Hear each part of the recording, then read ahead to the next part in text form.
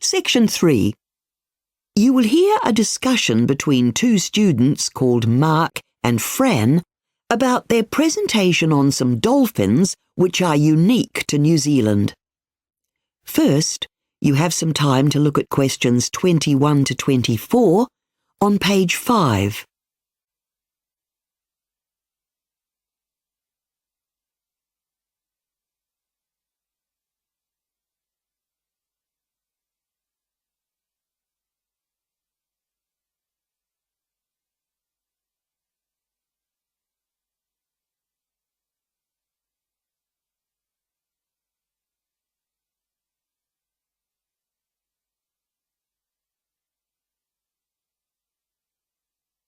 Now listen carefully and answer questions 21 to 24. Hi, Mark. Thanks for coming around.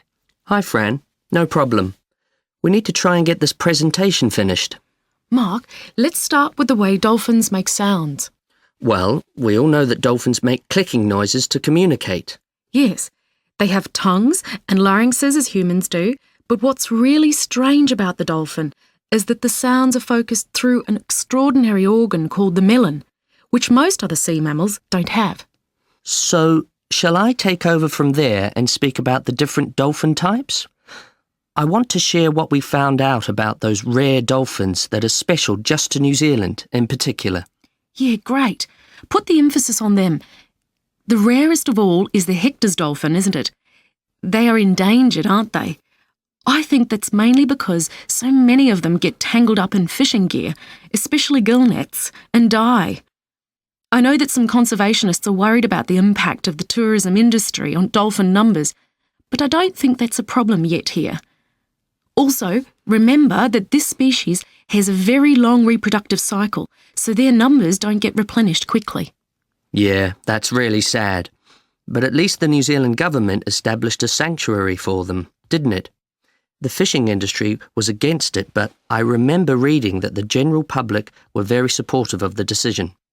It was a consequence of a study done by some marine biologists. Having a protected breeding area has made a big difference to the dolphin population already. Yeah, I think their numbers have swelled to over 7,000 in total, with a tiny group of just 89 living down off Southland, nearly 2,000 living near Christchurch on the east coast, and the biggest group surviving off the west coast.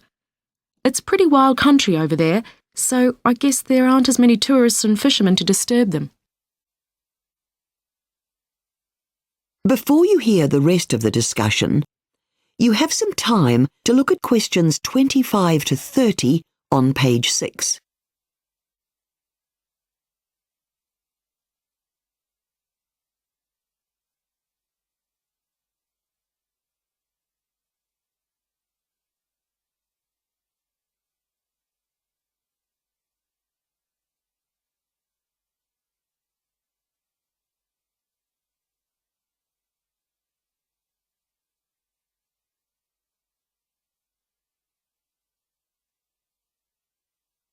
Now listen and answer questions 25 to 30. OK, so how do you suggest I structure my part of the talk? Well, you could start with the common dolphin, which inhabits the whole of the sea around New Zealand. And once you've covered everything to do with them, feeding and so on, you could go on to the more unusual types. The dusky dolphin is especially interesting because you know how all the dolphins travel in small social groups called pods? Well, the dusky dolphins travel in pods as big as 800 members. And I think the duskies like to travel along beside fishing and tourist boats, don't they? Whereas the Hector's dolphins are different in that they prefer to go in the wake of boats, that is, coming along in the rear. Yeah, they do. But they also dive down deep to avoid fast boats. Oh, let's not forget the Maui, because they are endangered too, aren't they? There are only 150 of them left, and they inhabit only the western coastal waters off the North Island of New Zealand. Yeah, it's a pity. They also face problems because of their tiny size. Now the orca is actually a dolphin too, right? Yes, surprisingly. So I'll include that in my talk. People call them killer whales, but in fact they're not whales. They're a huge and very fierce type of dolphin. In New Zealand, Kaikoura in the South Island is the best place to spot orcas swimming by, so people mistakenly think that's where they live. But actually, orcas cover vast distances. Let's not forget to mention the bottlenose. It's bigger than nearly all the other dolphins, even the common dolphin. Oh, but still not as big as the orca, right? That's right. Well, I think that's our presentation done now. That is the end of section 3. You now have half a minute to check your answers.